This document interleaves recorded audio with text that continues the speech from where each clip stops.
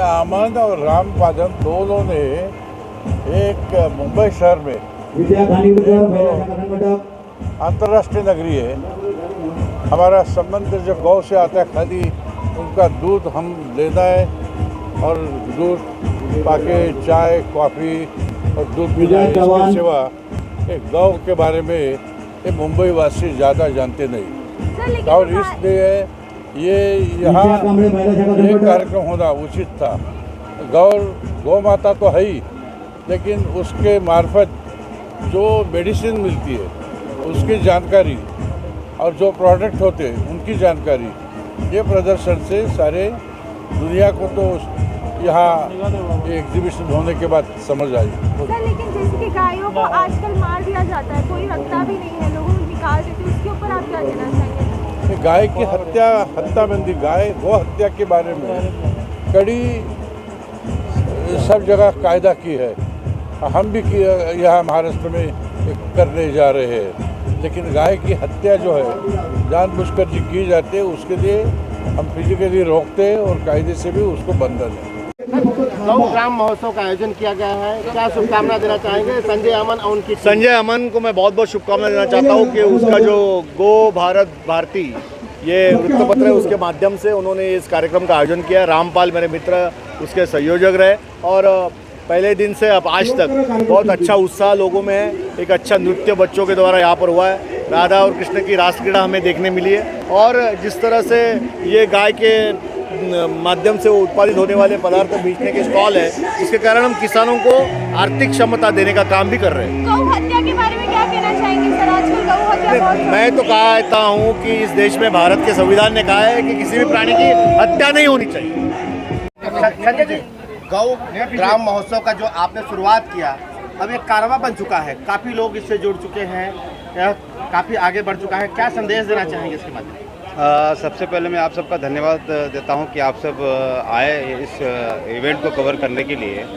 गौ भारत भारती भारत का पहला ऐसा अखबार है जो गौवंश की बात करता है, पर्यावरण की बात करता है, किसानों और गौपालकों की बात करता है। उनकी आवाज़ बनकर के ये अखबार पिछले 8 वर्षों से निरंतर काम कर रहा है। गौ ग्राम महोत्सव the festival of cow based economy को बढ़ावा देने के लिए ये हमारा एक प्रयास है, और इस प्रयास में सारे समुदाय के लोग, राजनीतिक हो, सामाजिक हो, सभी लोग जुड़ रहे हैं। उनका अच्छा सहयोग और सपोर्ट मिल रहा है। मैं ये कहना चाहता हूँ कि काऊ बेस्ड इकोनॉमी क्या है असल में। आपको पता होगा कि हमारे देश के अंदर गौधन जो था उसी से हमारी इकोनॉमी आके जाती थी। आज बदलते परिवेश में आज ये ज़रूरत है कि हम काऊ बेस्ड इकोनॉमी को खड़ा करें। काऊ बेस्ड मतलब जो गौ माता से बनने वाले तमाम तरह के जो प्रोडक्ट हैं, आज हम खाली दूध, घी और तमाम तरह के छोटे छोटे जो चीज़ें हैं वही जानते हैं। बाकी कम से कम तो हज़ारों प्रकार के ऐसे प्रोडक्ट बनाए जाते हैं जो लोगों की पहुंच से दूर है। कारण ये है कि लोगों में अवेयरनेस नहीं है, लोगों में जन जागृति नहीं है। अगर हम जन जागृति लाने में कामयाब हो गए तो हमारे देश के अंदर काऊ बेस्ड इकोनॉमी खड़ा होने में टाइम नहीं लगेगा। और आज जन जन तक ये अभियान लोगों को अवेयर करने की आवश्यकता है कि इस फेस्टिवल के माध्यम से हम सरकार को भी, राज्य सरकार को भी, केंद्र सरकार को भी और तमाम गौपालकों को लाभ पहुंचाने के लिए काऊ बेस्ड इकोनॉमी की बात कर रहे हैं। काऊ बेस्ड इकोनॉमी डिमांड और सप्लाई का खेल है। अगर हम डिमांड हमारी बढ़ेगी तो उसकी सप्लाई बढ़ेगी।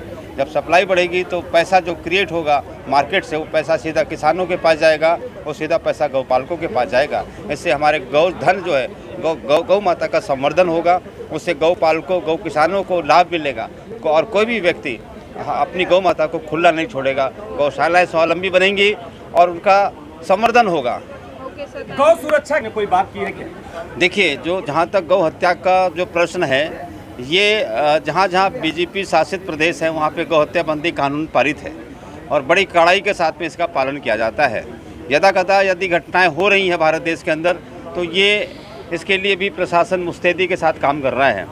और मुझे लगता है कि आने वाले समय में ये जो एक प्रश्न है बड़ा भयंकर कि गौ हत्या बंद होनी चाहिए, ये शेल्टर हाउस बंद होने चाहिए। और मैं अपील भी करूंगा कि ये हर जगह, जैसे उत्तर प्रदेश में माननीय योगी जी के शासनकाल में तमाम अवैध तमाम शेल्टर हाउस बंद किए गए हैं। तो उसका अब ये है कि अगर जो गौ हत्या पूरी तरह से नहीं, गौ की बड़ी बड़ी गौशालाएँ हैं, आपको जानकारी नहीं है। 3.5 लाख की गौशालाएँ हैं। ये जितने भी केशव सृष्टि आपके भाईंदर में कभी जाके देखिए कि गौ की कितनी बड़ी गौशाला है। और गुजरात रोड पे बहुत सारी गौशालाएँ हैं, लेकिन अभी 350 गौशालों में सरकार सपोर्ट करती है। और फिर एक महाजन जैन संस्था है, उन्होंने हर स्टेशन पे एक एम्बुलेंस का प्रबंध किया है। जो पक्षी हैं, जानवर है, हर स्टेशन पे एक एम्बुलेंस। एक ही दिन में राज्यपाल महोदय ने और परसोत्तम रूपाला जी ने उसका उद्घाटन किया था और वो समर्पित किया है। तो ये अभी जानकारी आप लोगों का काम है। कोई भी उसके उस एम्बुलेंस के अंदर ऐसी व्यवस्था है कि कुछ भी होगा एम्बुलेंस वहाँ पर आएगी और उसका जो भी है इलाज करेगी, उसकी मरहम पट्टी करेगी, जो भी उनको नुकसान है उसको जगह पे ही वो लोग सॉल्व करेंगे और एक अच्छी जगह छोड़ेंगे। और बड़े जो जानवर हैं, गाय भैंस, उसके लिए वो इलाज करके दूसरी बीएमसी की गाड़ी बुला के उनको अपने स्थान पे पहुंचाएंगे। ऐसी व्यवस्थाएं हुई है और ये बहुत कुछ आगे हो रहा है। और इसमें आप मीडिया के भाइयों को आग्रह रहेगा कि और इसको आगे बढ़ाएं और इसमें उत्साह बढ़ाएं लोगों में, और जानकारी नहीं है वो पहुँचाने का प्रयास करें। महाराष्ट्र के कोने कोने मामले को दबाया जाता है तो मीडिया चौथा स्तंभ है, वो क्या कर रही है यही तो आपको दिखाना है। इसके पहले लोगों को जानकारी नहीं होती थी, वो जानकारी आपको देना है। आप लोगों ने इसको दिखाया नहीं है, लेकिन आज के दौर में बहुत कुछ चलता है। वक्फ बोर्ड है, इसकी कितनी आपकी 8.5 लाख संपत्तियां हैं, ये हलाल है, इसकी 7 ट्रिलियन इकोनॉमी है। हमारे 4 लाख मंदिरों का 1 लाख करोड़ रुपया ये जाता है अल्पसंख्यक बोर्ड को। ये सब आप लोगों का काम है। आप जब मीडिया का चौथा स्तंभ कहते हैं तो ये भी पहुंचाना चाहिए। एक समुदाय को आर्थिक मजबूती दी तो हिंदू होना क्या गुनाह है? हिंदू होना क्या गलत है? बहुसंग करते हैं तो ये क्या गलत है? आप लोग को भी सोचना चाहिए और हम लोग भी जन जागृति लाने का प्रयास कर रहे हैं। इसमें आपका साथ सहयोग, हमारे लोग इसमें सेकुलर के नाम पे इस तरह से बहुसंख्य लोग हमको ऊपर अन्याय होता है। बताइए किस समाज में गरीब नहीं है? क्या ब्राह्मण समाज में गरीब नहीं है? उनके पास झोपड़ियाँ नहीं है? तो ये बहुत सोचने की बात है। जातिवाद में बांट कर रखा हुआ है, हमको एकत्र होना है। और जो आर्थिक मजबूती उनको दिया है तो हमको भी दो। अगर वक्फ बोर्ड मुसलमानों के पास है तो हमें भी वक्फ बोर्ड दो।